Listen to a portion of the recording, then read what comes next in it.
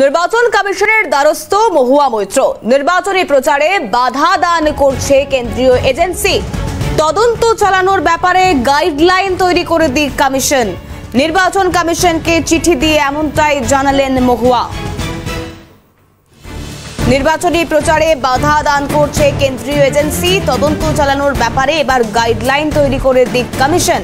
নির্বাচন কমিশনের দ্বারস্থ মহুয়া মৈত্র।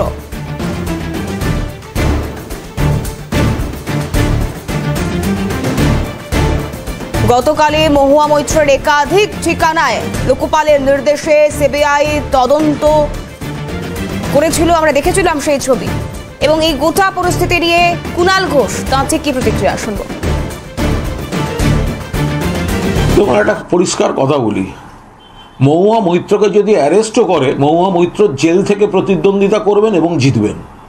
এটা একটা চক্রান্ত চলছে মহুয়ার বিরুদ্ধে।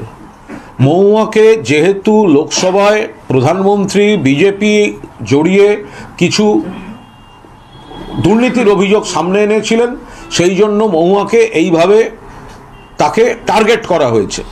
সংসদীয় কমিটি কিছু অশ্লীল প্রশ্ন করা হলো, আত্মপক্ষের সমর্থনের সুযোগ দেওয়া হলো না মহুয়াকে সংসদ থেকে তাড়ানোটা যেন কত তাড়াতাড়ি সরানো যায়। এরপরে পরিকল্পিতভাবে সিবিআই লেলিয়ে দেওয়া হয়েছে। সিবিআই শুভেন্দু অধিকারীর নামে এফআইআর করে আর যায় মহুয়া মৈত্রর বাড়ি। তো সিবিআই এত লাফালাফি, তো এফআইআর নেম শুভেন্দু অধিকারীকে অ্যারেস্ট করতে পারছে না। বছরের পর বছর সেই এফআইআর পড়ে থাকে আর তৃণমূলের বাড়িতে সিবিআই ঘুরে বেড়াচ্ছে। মহুয়া মৈত্রকে ডিস্টার্ব করার চেষ্টা করছে।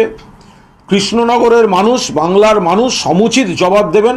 এবং আমরা পরিষ্কার বলে রাখছি, মহুয়ার বিরুদ্ধে যদি চক্রান্ত আরো তীব্র হয়, যদি অ্যারেস্টও হয়, মহুয়া মৈত্র জেল থেকে ভোট লড়বেন এবং তিনি এই ভোটে কৃষ্ণনগর থেকে জিতবেন।